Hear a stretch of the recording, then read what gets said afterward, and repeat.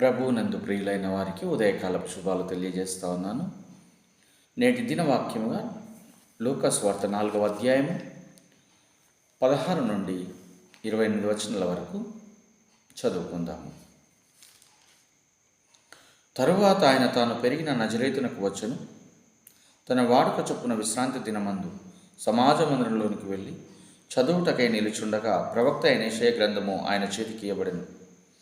ఆయన గ్రంథము విప్పగా, ప్రభువు ఆత్మ నా మీద ఉన్నది, బీదలకు సువార్త ప్రకటించుటకై ఆయనను అభిషేకించను, చెరలోనున్న వారికి విడుదలను, గ్రొడ్డి వారికి చూపును కలుగునని ప్రకటించుటకును, నలిగిన వారిని విడిపించుటకును, ప్రభువు హితవచ్చరము ప్రకటించుటకును ఆయన నన్ను పంపి ఉన్నాడు అని రాయబడిన చోటు ఆయనకు దొరికెను. ఆయన గ్రంథము చుట్టి పరిచారకునికి ఇచ్చి కూర్చుండెను. సమాజ మందిరంలో నున్న వారందరూ ఆయనను తేరి చూడగా, ఆయన నేడు మీ వినికిడిలో ఈ లేఖనము నెరవేరినదని వారితో చెప్పసాగాను.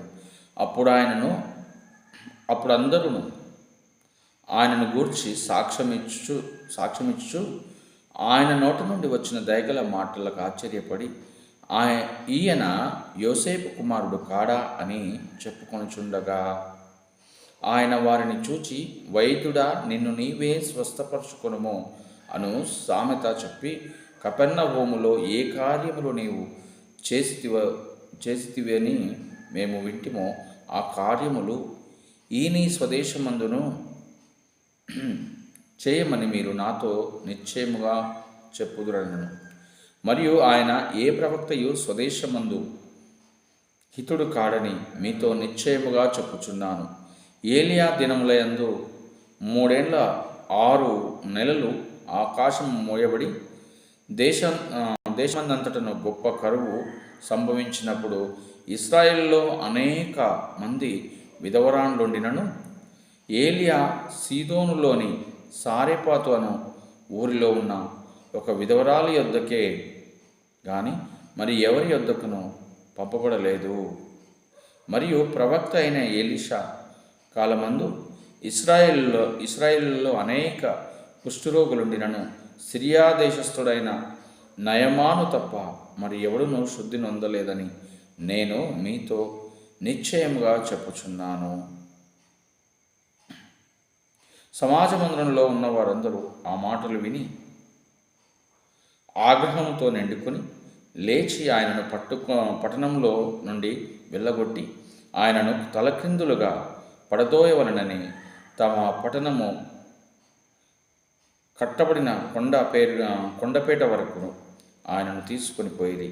అయితే ఆయన వారి మధ్య నుండి దాటి తన మార్గమున వెళ్ళిపోయెను. ప్రభువునందు ప్రియులైన వారలారా, చదవబడిన ఈ వాక్య భాగాన్ని మనం గమనిస్తూ ఉన్నప్పుడు కొన్ని ప్రాముఖ్యమైనటువంటి విషయాలు మనకు తెలియబడుతూ ఉన్నాయి. అవి ఒకసారి మనం గమనించుకుందాము. ఇక్కడ చదవబడిన వాక్య భాగంలో కనుక చూస్తే 16వ వచనంలో కనుక గమనించినప్పుడు, ప్రభువు వారు నజరేతను ఊరిలోనికి వచ్చి ఉన్నాడు. ఆయన ఎక్కడైతే జన్మించాడో ఆ ప్రాంతానికి వచ్చి ఉన్నాడు. వచ్చి వారి మధ్యన పరిచర్య జరిగిస్తూ ఉన్నప్పుడు విశ్రాంతి దినమున వారు తేరి చూశారు తనని. ఇంకా ఆ సందర్భంలో వారికి యెషయా ప్రవక్త గారి యొక్క గ్రంథము వారి చేతికి ఇవ్వబడింది. వారు అక్కడ ప్రకటన చేస్తూ ఉన్నారు.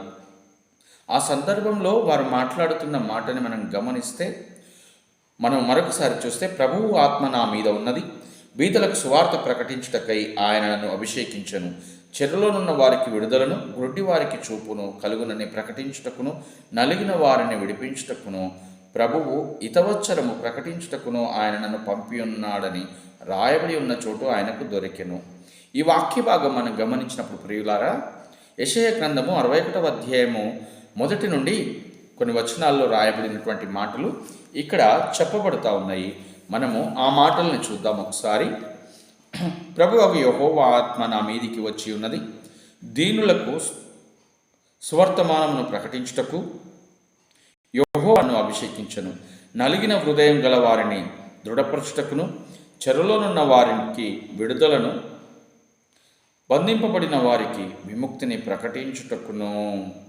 యెహోవా హితవత్సరము మన దేవుని ప్రతిదండన దినమును ప్రకటించుటకును, దుఃఖాక్రాంతులందరినీ ఓదార్చుటకును, సియోనులో దుఃఖించు వారికి ఉల్లాస వస్త్రము ధరింపజేయుటకును, బూడిదకు ప్రతిగా పూదండను, దుఃఖమునకు ప్రతిగా ఆనంద తైలమును, భారభరితమైన ఆత్మకు ప్రతిగా స్తుతి వస్త్రమును వారికిచ్చుటకు ఆయన నన్ను పంపి ఉన్నాడు. ఈ మాటలు యొక్క ముఖ్య ఉద్దేశం అక్కడ చెప్పబడుతూ ఉంది. మనం గమనిస్తూ ఉన్నప్పుడు మనం జాగ్రత్తగా గమనిస్తే మరికొన్ని విషయాలు ప్రభువారు మాట్లాడుతూ ఉన్నారు. మరికొన్ని విషయాలు మాట్లాడుతూ మరలా వారిని ఉద్దేశించి కొన్ని మాటలు అంటూ ఉన్నాడు. ఏమంటా ఉన్నాడంటే, అప్పుడందరూ ఆయనను గూర్చి సాక్ష్యమిచ్చు ఆయన నోట నుండి వచ్చిన దయగల మాటలకు ఆశ్చర్యపడి, ఈయన యోసేపు కుమారుడు కాడా అని చెప్పుకొనుచుండగా, ఆయన వారిని చూచి, వైద్యుడా, నిన్ను నీవే స్వస్థపరచుకొనుము అను సామెత చెప్పి, కపెర్నహూములో ఏ కార్యములు నీవు చేసితివని మేము వింటిమో ఆ కార్యములు ఈ నీ స్వదేశమందును చేయమని మీరు నాతో నిశ్చయముగా చెప్పుదురనెను. మరియు ఆయన, ఏ ప్రవక్తయో స్వదేశమందు హితుడు కాడని మీతో నిశ్చయముగా చెప్పుచున్నాను అని మాట్లాడుతూ ఉన్నాడు. ఈ మాటల్ని మనం గమనిస్తూ ఉన్నప్పుడు మార్కు సువార్తలో సైతం చెప్పబడిన మాటలు ఇవి. ప్రవక్త తన స్వజనుల మధ్యన వర్ధిల్లడు అన్నటువంటి మాటలు. తర్వాత మత్తయి సువార్తలోనూ చెప్పబడినటువంటి మాటలు. వీరిక్కడ ఏమని మాట్లాడుతూ ఉన్నారు? ఇతడు యోసేపు కుమారుడు కాడా, ఇతడు యోసేపు కుమారుడు కాడా అన్నటువంటి ఆ మాటను చూస్తూ ఉన్నప్పుడు, ఇతడు మన వంటి వాడే, ఇతనికి మనకి పెద్ద తేడా ఏమీ లేదు అని వారి హృదయంలో ఒక నిశ్చయతకు వారు వచ్చి ఉన్నారు. అంటే వారి యొక్క స్వభావం అలాంటిది అని చెప్పి ప్రభువు నొక్కి చెబుతూనే ప్రభువారు మాట్లాడుతున్న మాట ఆ కింది వచనాల్లో మనం గమనించినప్పుడు మనకు అర్థమవుతా ఉంది. రెండు సంఘటనలను ప్రభువారు ఎత్తి చూపుతూ ఉన్నారు. ప్రభువారు ఎత్తి చూపుతున్నటువంటి ఆ విషయాలను మనం గమనిస్తే, ఆయన 24వ వచనంలో మాట్లాడుతూ, మరియు ఆయన, ఏ ప్రవక్తయు స్వదేశమందు హితుడు కాడని మీతో నిశ్చయముగా చెప్పుచున్నాను. ఏలియా దినములయందు 3 ఏండ్ల 6 నెలలు ఆకాశము మోయబడి దేశమందంతటిన గొప్ప కరువు సంభవించినప్పుడు ఇశ్రాయేలులో అనేక మంది విధవరాండ్లుండినను ఏలియా సీదోనులోని సారెపతు అను ఊరిలో ఉన్న ఒక విధవరాలి యొద్దకే గాని మరి ఎవరి యొద్దకునో పంపబడలేదు. ఇక్కడ ఈ విషయాన్ని ఎత్తి చూపుతా ఉన్నాడు. దేశమంతంతటా కరువు వచ్చింది. అప్పుడు అనేక మంది విధవరాండ్లు ఈ ప్రాంతంలో ఉన్నారు, స్వదేశంలో సొంత వారి మధ్యన ఉన్నారు. కానీ ఏలియా గారిని దేవుడు సీదోనులో ఉన్నటువంటి సీదోను ప్రాంతానికి చెందిన ఆ సారెపతు విధవరాల దగ్గరికి పంపబడ్డాడు. మీ హృదయం యొక్క కాఠిన్యత ఎరిగి ఉన్నాడు దేవుడు. ఆ యొక్క హృదయపు కాఠిన్యత ఎంత భయంకరమైందో మీరు గమనించుకుంటున్నారా అన్నటువంటి ఒక ఉద్దేశాన్ని ప్రభువు వారు తెలియపరుస్తూ ఉన్నారు. మరలా మనం గమనిస్తే గనక ఆయన మాట్లాడుతూ మరొక విషయాన్ని చెబుతూ ఉన్నాడు. ఆయన మాట్లాడుతూ 27వ వచనంలో, మరియు ప్రవక్త అయిన ఎలీషా కాలమందు ఇశ్రాయేలులో అనేక కుష్ఠరోగులుండినను సిరియా దేశస్థుడైన నయమాను తప్ప మరి ఎవడును శుద్ధి నొందలేదని నేను మీతో నిశ్చయముగా చెప్పుచున్నాను. అనేక మంది కుష్ఠరోగులు అంటే సమస్యలు కలిగిన వారు సొంత జనాంగంలో ఉన్నారు, సహాయం చేయగలిగిన వారు సొంత జనాంగంలో ఉన్నారు. కానీ దేవుని యొక్క ప్రవక్తలైన వారు, దేవుని పనివారైన వారు, దేవుని నామం కోసము నిర్ణయింపబడిన వారు మరొక ప్రాంతానికి వెళ్ళాల్సి వచ్చింది. ఎందుకు అంటే వారిని నియమించినటువంటి ఆ పర్పస్లో దేవుడు ఉద్దేశించినటువంటి ప్రజలు ఆయనను అంగీకరించలేనటువంటి స్వభావాన్ని కలిగి ఉన్నారు అన్నటువంటి సత్యము మనము ఇక్కడ తెలుసుకోవచ్చు. ఈ మాటలన్నీ వారు వింటున్నప్పుడంట ఈయనను గనక ఇంకా తలక్రిందులుగా పడవేద్దామని ఆ ప్రాంతంలో వారి ప్రాంతంలో ఉన్నటువంటి ఒక కొండ దగ్గరికి తీసుకెళ్తా ఉన్నారంట. ఆగ్రహంతో నిండుకొని లేచి ఆయనను పట్టణములలో నుండి వెళ్ళగొట్టి ఆయనను తలక్రిందులుగా పడద్రోయవలనని తమ పట్టణము కట్టబడిన కొండపేట వరకు ఆయనను తీసుకొని పోయిరి. అయితే ఆయన వారి మధ్య నుండి దాటి తన మార్గమును వెళ్ళిపోయాను. చూడండి, వాస్తవాన్ని చెబుతా ఉన్నప్పుడు, సత్యాన్ని బోధిస్తూ ఉన్నప్పుడు ఆ సత్యాన్ని అంగీకరించలేని ఆ హృదయాలు చివరిగా ఏ నిర్ణయానికి వచ్చారంటే, దేవాది దేవుడు వారి మధ్యనుంటే ఆ దేవుణ్ణే ప్రభువుని ప్రభువుగా అంగీకరించలేని ఆ మనస్సు వారిని ఎలా ప్రేరేపించిందంటే, ఇంకా తనను ఏదైతే ఆ పట్టణానికి ప్రాకారంగా కట్టబడిన ఆ యొక్క కొండ ఉందో, ఏదైతే అది ఉందో దానిపైనుండంట తలక్రిందులుగా పడవేయాలని నిర్ణయించుకొని తీసుకుని వెళ్ళిపోయారంట. కానీ ప్రభువు మనుషుల హృదయాలు నెరికిన వాడు. ఆయన నరుని గురించి ఆయనకి ఎవరు ఏమి చెప్పనక్కర్లేదు. ఆయన ఆ గడియలో అక్కడి నుండి వెళ్ళిపోయారు, వారి మధ్య నుండి తప్పించుకొని వెళ్ళిపోయారని చెప్పవచ్చు. జాగ్రత్తగా గమనిస్తూ ఉన్నప్పుడు ఈ మాటలో మనము నేర్చుకోవాల్సినటువంటి ఆత్మీయ సత్యం ఏమిటి అని అనుకుంటే మనకి అర్థమవుతుంది. ప్రభువుని చూసే కోణాన్ని బట్టి, దేవుణ్ణి మనం అర్థం చేసుకునే విధానాన్ని బట్టి మన జీవితంలో కార్యాలు ముడిపడి ఉన్నాయి. మన జీవితంలో ఒక కార్యం జరగాలంటే ప్రభువుని మనం ఏ రీతిగా అర్థం చేసుకుంటున్నాం అనేది మాత్రం ప్రాముఖ్యమైన పాత్ర ఇక్కడ పోషిస్తూ ఉంది. మన దృష్టికోణాన్ని బట్టే మనము దేవుని చేత మేళ్ళు పొందుకునే వారికి ఉంటాము. అందుకనే మార్కు సువార్త 9:23 ప్రకారం దేవుడు చెబుతున్న మాట ఏమిటంటే, నమ్ముట నీ వలనైతే నమ్మువానికి సమస్తము సాధ్యము అన్నటువంటి మాటని మనం అక్కడ చూస్తాము. భక్తి జీవితంలో, ప్రాముఖ్యముగా క్రైస్తవ భక్తి జీవితంలో ప్రభువు వారు పదే పదే నొక్కి ఒక్కానించి చెబుతున్న మాట, నీ యొక్క దృష్టిని బట్టి, నీ తలంపులను బట్టి, నీవు చూసే విధానాన్ని బట్టి, నీవు జీవించే జీవితాన్ని బట్టి నీ జీవితంలోని సమస్తమును నిర్ణయింపబడుతుంది అన్నటువంటి సత్యాన్ని చెబుతా ఉన్నాడు. ఇక్కడ ప్రజలను ఉద్దేశించుకొని సామెతలు చెప్తా ఉన్నాడు. నిన్ను నీవు స్వస్థపరచుకొని, నిన్ను నువ్వు బాగు చేసుకొని మమ్మల్ని బాగు చేయమన్నటువంటి ఒక సామెతను మీరు అంటారు అన్నటువంటి మాట. లేదు, అక్కడక్కడ ఆయా ప్రాంతాల్లో చేస్తున్నావు కదా, మరి ఈ ప్రాంతంలోనూ అద్భుతములు చేయి అని మాట్లాడుతూ ఉన్నారు. అంటే ఇలాంటి మాటలు వారు మాట్లాడతారు, ఇలాంటి స్వభావం వాళ్ళు కలిగి ఉన్నారు అన్నటువంటి సత్యాన్ని దేవుడు చెబుతూ ఉన్నాడు. ఇలాంటి మాటలు ఏమి తెలియజేస్తాయంటే, ఎదుటి వ్యక్తిని మనం చూసే కోణాన్ని తెలియజేస్తూ ఉంటాయి.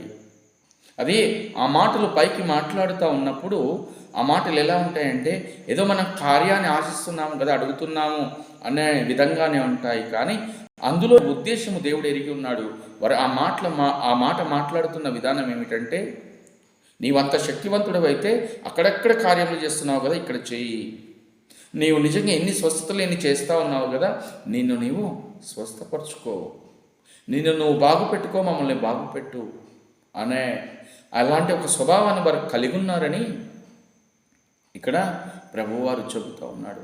ఇలాంటి స్వభావము మనకి ఎక్కడికి పడుతుంది అంటే, ప్రభువారు శిలువ మీద ఉన్నప్పుడు ఇరువైపులా వాళ్ళు బంధింపబడినప్పుడు వారిలో ఒకరు ఇలాంటి మాటే మాట్లాడతారు, నీవు రక్షించుకొని మమ్మల్ని రక్షించవచ్చు కదా అని. అది ఎలాంటి మాట అంటే, దేవుని యొక్క శక్తిని శంకించేటువంటి మాట. అది నమ్మకం లేక వారి హృదయంలో నుండి వస్తున్నటువంటి ఆ మాట. హృదయంలో ఉన్నదాన్ని బట్టే కదా నోరు మాట్లాడుతుంది. నోరు మాట్లాడిన దాన్ని బట్టే కదా మన జీవితము నిర్ణయింపబడుతుంది అన్న సత్యము ఇక్కడ దేవుడు బయలుపరుస్తూ ఉన్నాడు. ఈ యొక్క ప్రాముఖ్యమైన విషయాన్ని ప్రభువు చెబుతూ ఉన్నప్పుడు అది బోధిస్తున్న నా విషయంలో కానీ, వింటున్న మీ విషయంలో కానీ, క్రైస్తవ సంఘము సమూహము అందరి విషయాల్లోనూ ప్రాముఖ్యమైన పాత్ర పోషించేది ఏమిటి అంటే మనము దేవుని చూసే దృష్టికోణము, దేవుని పట్ల కలిగి ఉన్నటువంటి అభిప్రాయము, ఇవి ప్రాముఖ్యమైన పాత్ర పోషిస్తూ ఉన్నాయి. ఈ ఉదయకాలము లేదా ఈ సమయమున దేవుడు మన జీవితంలో కార్యాలని చేయాలని ఉద్దేశించుకున్నాడు. కానీ ఆ చేయాలనుకున్న కార్యము, జరగాలనుకున్న కార్యము జరగకపోవడానికి మన జీవితాల్లో దేవుణ్ణి మనం అర్థం చేసుకునే విధానంలో మనం ఏ స్థాయిలో ఉన్నామో ఒక్కసారి గమనించుకోమని ప్రభువు కోరుతా ఉన్నాడు. మనల్ని మనం గమనించుకున్నప్పుడు ప్రభువుకు అంగీకారంగా మన దృష్టికోణం ఉన్నట్లయితే దేవునికి మహిమ. ఎక్కడైనా సరే మన హృదయంలో ఫలానా విషయంలో నా యొక్క దృష్టి అనేది సరిగా లేదు అనుకున్నప్పుడు మనల్ని మనం మార్చుకొని దేవుడు మన జీవితాల్లో అనుగ్రహించిన మేలును పొందుకొనుటకు, మన హృదయాన్ని త్రిప్పుకొనుటకు మనకిది ప్రాముఖ్యమైన సమయము. అట్టి కృప దేవుడు మనకిచ్చులాగున ఆ నమ్మకం ప్రకారము దేవుడు ఏదైతే చెప్పి ఉన్నాడో, నమ్ముట నీవులనైతే నమ్మువానికి సమస్తము సాధ్యమని చెప్పి ఉన్నాడో ఆ రీతిగా ప్రభువుని నమ్ముటకు ఆయనే అటు విశ్వాసమును మనకు అనుగ్రహించేలాగున ఏదైతే దేవుడు చెప్పి ఉన్నాడో యెషయా గ్రంథం 61:1 నుండి వచ్చిన భాగాల్లో ఆ యొక్క తన సంకల్పాన్ని, తన ఉద్దేశాన్ని మన జీవితంలో నెరవేర్చులాగిన మన హృదయాన్ని దేవుని చేతిలో పెట్టి ప్రార్థన చేసుకుందాము. దేవుడు ఈ కొద్ది మాటలు దీవిస్తుండగా చిన్న ప్రార్థన చేసుకుందాము. పరిశుద్ధుడా మా రాజా యేసయ్యా మీకు వందనాలు. ప్రభువా నాయన మీ సన్నిధికి వస్తున్నాము, దయతో మమ్మల్ని అంగీకరించండి. మా హృదయాన్ని ప్రభువా నా తండ్రి ప్రభువా మీరు మార్చండి. తండ్రి ప్రభువా మీకు మహిమగల పాత్రలుగా మమ్మల్ని ప్రభువా ముందుకు నడిపించి మహిమ పొందువని, అయా మా జీవితంలో మీరు ఉద్దేశించిన ఉద్దేశములను ప్రభువా నెరవేర్చుమని, ప్రభువా అయా మీరే కార్యమును జరిగించమని, మిమ్మల్ని నమ్మగలిగిన ప్రతి తండ్రి ప్రభు విశ్వాసం మాకు దయచేయమని యేసుక్రీస్తు పుణ్యనామమున అడిగి వేడుకుంటున్నాం మా తండ్రి. ఆమేన్.